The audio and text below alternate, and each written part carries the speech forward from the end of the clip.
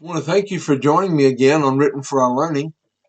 This is a series of studies in which we're looking at concepts, prophecies, types, antitypes, characters of the Old Testament, especially as we seek to make a better understanding or reach a better understanding of New Testament concepts. The study of types and shadows continues to be a fascinating study, and with me it continues in the lesson that we want to look at here for just a few moments in this session. We want to continue looking at Melchizedek as a type of Christ. We've done so in the past, looking at genealogy or how it was determined that he was a priest. But today we want to look at a little different nuance, and that is the timing of the priesthood of Melchizedek and the timing of the priesthood of Christ. And we want to see as we move through this that in essence they serve as bookends as we relate to the beginning of biblical history to the point where we are today. Remember that we only have two Old Testament references to Melchizedek. One is in Genesis chapter 14, verses 18 through 20, and there's where we see the encounter between Melchizedek and Abraham, where Abraham paid him tithes. Then we see him again in Psalm 110, verse 4, and we'll look at that here and again in a few moments. And we see more of a prophetic nature to what's there. Genesis 14 provides a historical setting. Psalm 110 provides a prophetic setting. And then as we move over to Colossians chapter 2, verses 13 through 15, we'll see how that relates to Christ and the timing of his priesthood. Yes, I understand that most times when we look at the type of Melchizedek, we see the antitype portrayed in Hebrews chapters 5, 6, and 7. This approach today is a little bit different angle that we're looking at. When we look at the priesthood of Melchizedek, point number one, it predated Mosaic law. Mosaic law was not given till Mount Sinai. By the time we move into the book of Exodus and Leviticus and that instruction that we find there. So Melchizedek was both a king and a priest under the patriarchal system. When we look at the account there in Genesis chapter 14, we see that Abraham recognized that and paid him tithes. Now, seemingly, that is only a historical narrative.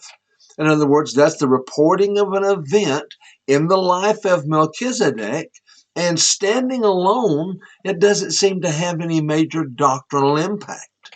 But let's see that we need to combine it, and as we combine it with others, it takes on a much greater impact. Psalm 110 verse 4 is a psalm of David, or claims to be a psalm of David.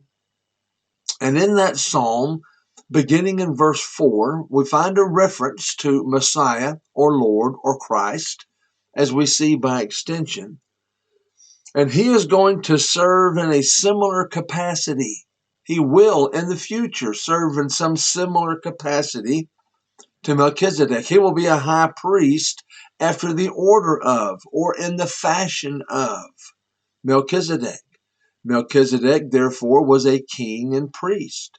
Melchizedek's priesthood was not determined by his genealogy. He was appointed to that position by Christ. And there's several things we've already addressed in previous lessons in that regard. But here, we want to see more of a prophetic flair. We have a historical narrative, we have a prophetic flair, and now we're moving ahead to its fulfillment.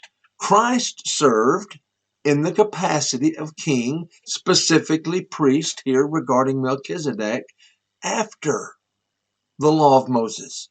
So we find Melchizedek predating it. We see Christ postdating it. Now let's read in Colossians chapter 2, verses 13 through 15, as we reach our understanding.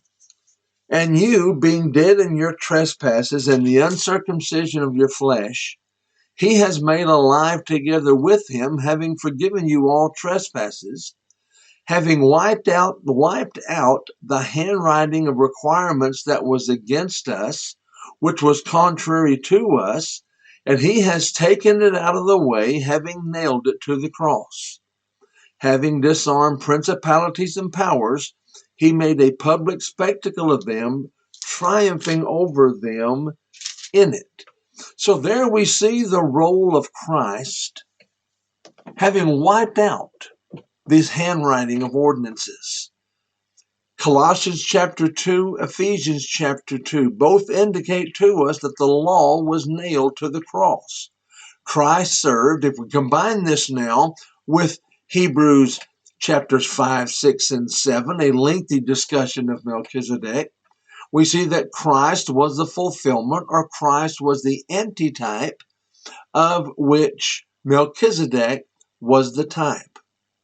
As we look at these lessons, I pray that we gain a deeper understanding of all of these things. I pray that we have insight into what God has provided for us. And as we see these lessons unfold, and as we make the applications from these texts, I hope we grow in our understanding of God's Word, necessitating also, if we apply them, a growing in our faith because of it. Until next time, God bless you.